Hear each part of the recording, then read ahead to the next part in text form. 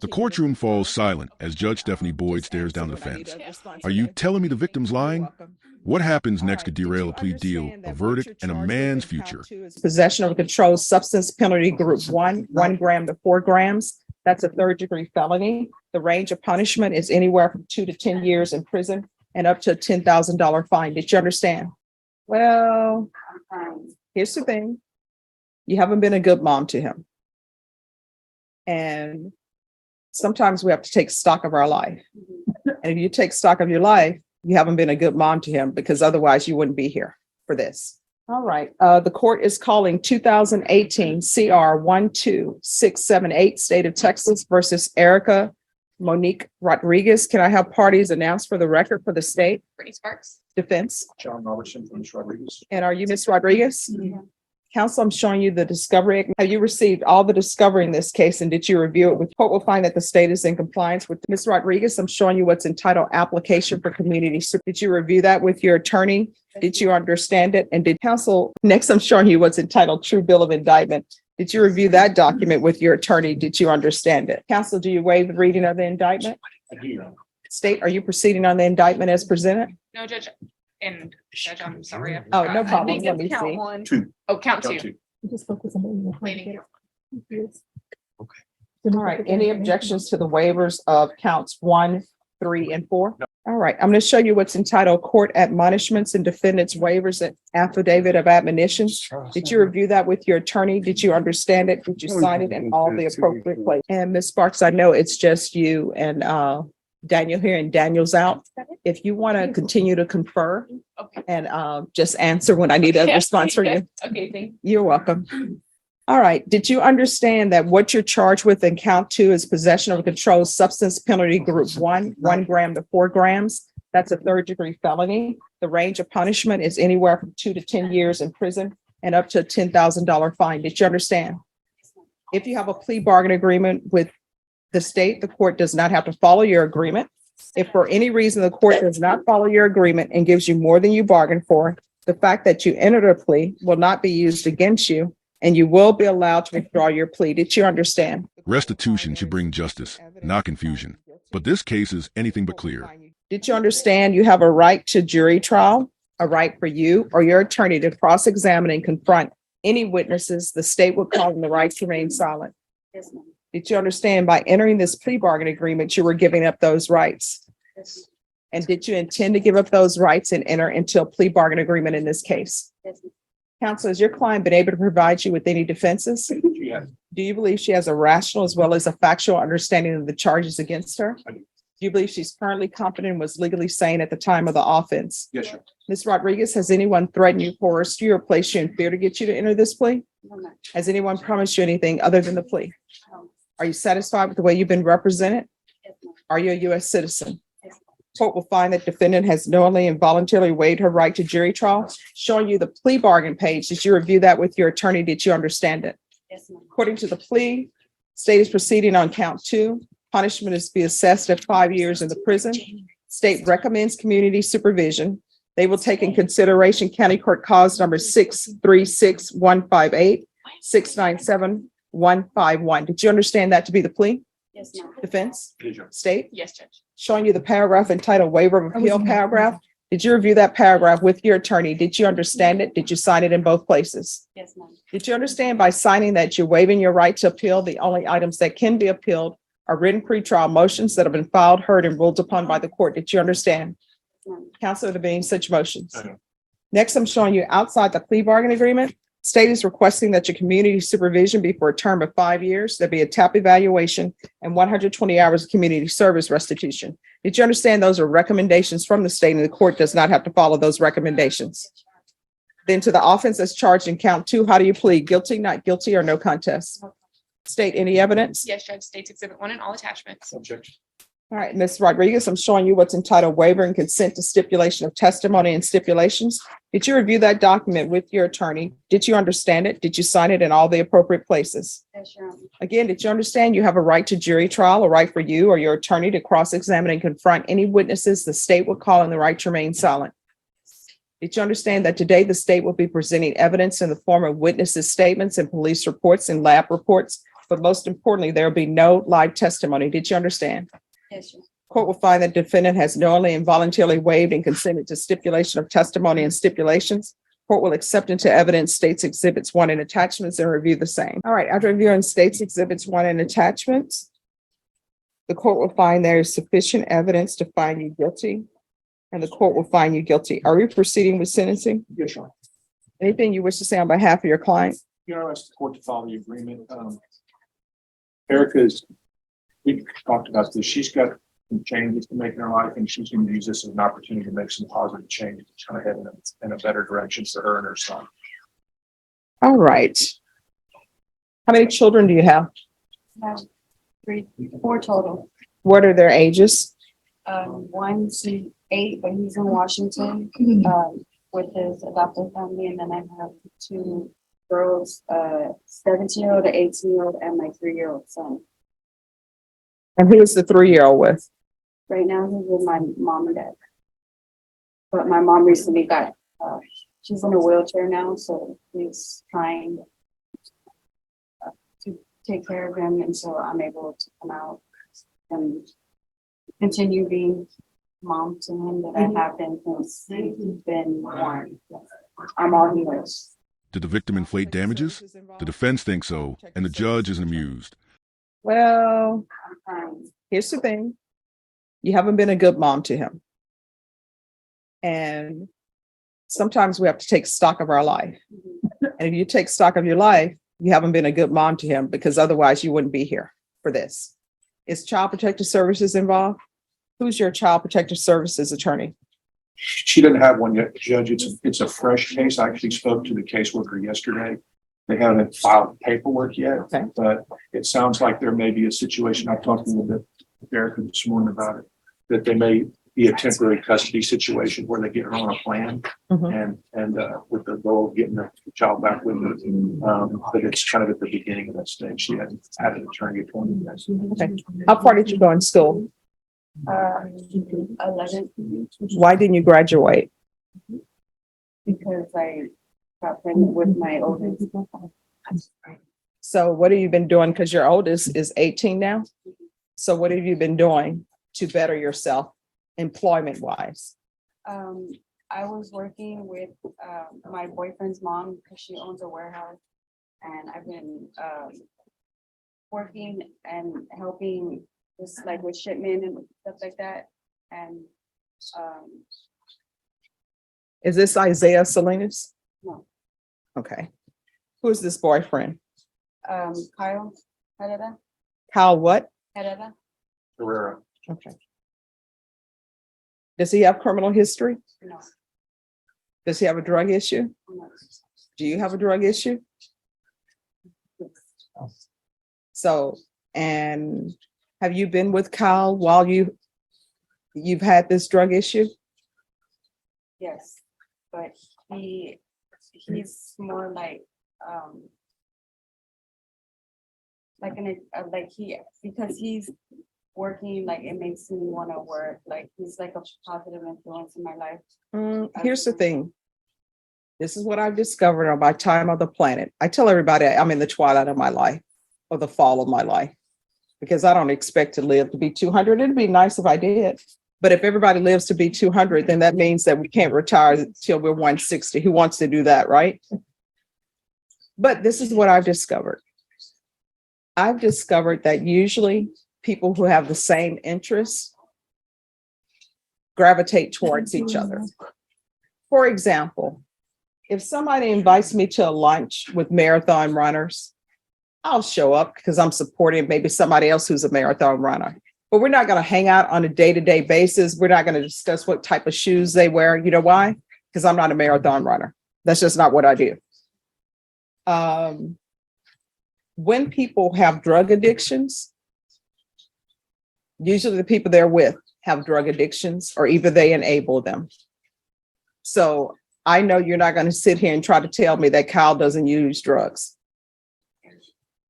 If he does, he hasn't done it around me. I haven't really been like physically prior to me getting arrested. I wasn't with him. It was just me and my son. It's always me and my son. Have you done drugs around Kyle? Yes, ma'am. And what did he say? That's part of the reason why I haven't been around. All right, and I'm not going to allow you to be around him now. And I'm going to give you some advice, and this is me coming from a standpoint of somebody who's done child protective services cases where I've represented children and I've represented parents. Your main focus should be on getting your child back. Yes, ma'am. Your main focus should not be on relationships, because guess what? You're not ready for a relationship. And you know why you're not ready for a relationship? Because you're in the throes of your addiction. And when you're in the throes of your addiction, you're choosing the wrong people. You're making bad choices. And the problem with you is when you make a bad choice, your choice is impacting your child. It's impacting your mom. It's impacting your father, because now they got to raise a 3-year-old. And I know they didn't intend to have that happen in their life. You understand? Yes, ma'am. So how often were you using drugs? I would say like 3 times a week. All right. And what drugs were you using? Anything other than meth? I would take Xanax, but that was for anxiety, like half a bar today. Okay. And have you ever had to do illegal things in order to obtain money for drugs? No. And the reason why I'm asking you this is because I'm trying to think of a great program for you, because CPS is not giving a child back to somebody who's in the throes of their addiction. And you're going to need a support system, and your support system cannot just be your mom and your dad, because sometimes moms and dads enable people because they want to see the best in their child. They don't want to see, oh, could she be using drugs? Could she not be using drugs? They'll lean towards, no, she's not using. So that's why I'm trying to understand. And the only courts that are available for treatment right now is Esperanza Court. And Esperanza Court are people who have been maybe victims of sex trafficking, people who have sold their bodies for different things. So that's why I'm trying to figure out, because that's the only court that will be available for you. So that's why I asked. So the questions I ask, I'm not trying to embarrass anyone, but I need to get this information so I can get the right conditions for you so that you can be successful and not end up going to prison. Okay. So let's start back over. So have you done anything illegal in order to obtain drugs? And if you want to ask her that in private and then just tell me the answer, counsel, because I think you know what question I'm asking. Motions are flying, but without real evidence, the court might be chasing shadows. Judge, I don't think so. I think it's more like the original office conduct was. Okay. Okay. I don't believe it's Fleischer question. Okay. All right. So what are you planning on doing with your life? How are you planning to support yourself? When I'm actually kind of excited about getting, I feel like this is a new start, for a new beginning for me and my son. For myself, of course, I want to start working. I want to be part of society. I want to be a role model to my daughter, my youngest daughter, who seems to be following in my footsteps. I'm kind of excited I feel like I'm starting over. I'm getting a chance to start over and change my people, places, and things. My file, I don't do that. I won't he does. to continue. What do I do? All right, I need everybody to whisper. You would have to wait till she calls you. Okay. All right. So you want to explain to me, and I have no problem with people having tattoos, but I'm always interested. You know, what does it mean? So what is the tattoo on your chest about? The back one, yes. This is one of the first tattoos I got. I kind of honestly regret all of my tattoos. But what is the chest tattoo? What is that? It says time is money. Okay. And then the other tattoos, what are those all about? This is for my sister, my baby's dad that passed away. It says dreams of dying, and my friend that passed away, and names. Okay. Well, I mean, here's the thing. Sometimes you can regret that you did different things, but the key is to make changes so it doesn't happen again. Yes. All right, this is what the court is going to do. Court is going to sentence you to 5 years in the prison suspended and probated for 5 years.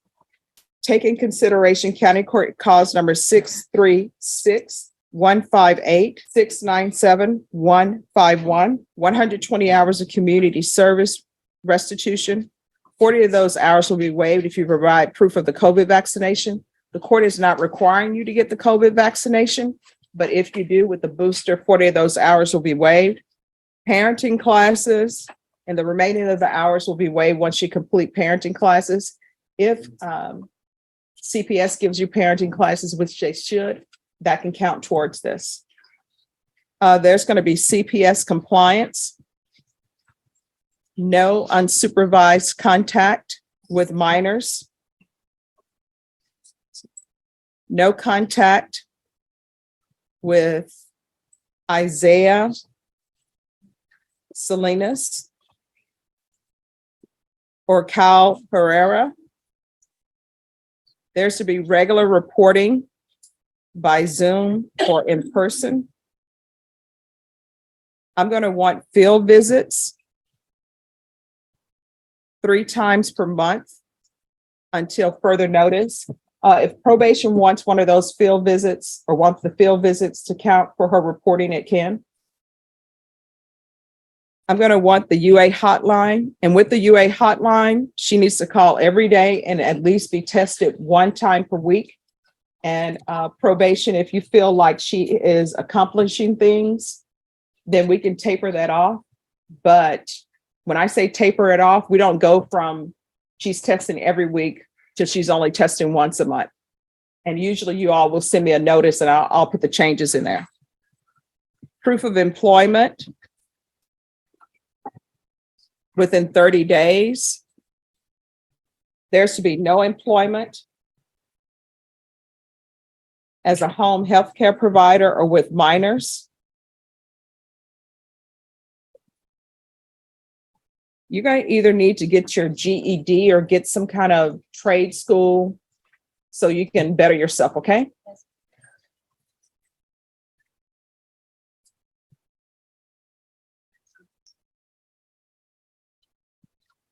And I'm going to want 90 sober meetings in 90 days. We'll do a TAP evaluation out of custody. I know the TAP evaluation may recommend inpatient treatment. But whatever TAP recommends, I want her to start with intensive outpatient treatment. If that doesn't work, then we're going to be looking at inpatient treatment. And if you miss your TAP evaluation appointment, what's going to end up happening is a warrant's going to be issued and 1 or 2 things are going to happen. Either you're going to end up going to prison or either you're going to end up sitting in jail to do the TAP. So this is a time for you to make choices. All right. You're welcome. Let me ask you, when you're released, do you have a place to stay? Yes, Your Honor. Where will that be? With my mom and dad. With who? My mom and dad. Here's the problem with that. Oh. Child Protective Services, I don't know what they're going to plan. Their plan is going to be, but usually their plan is you can't stay there.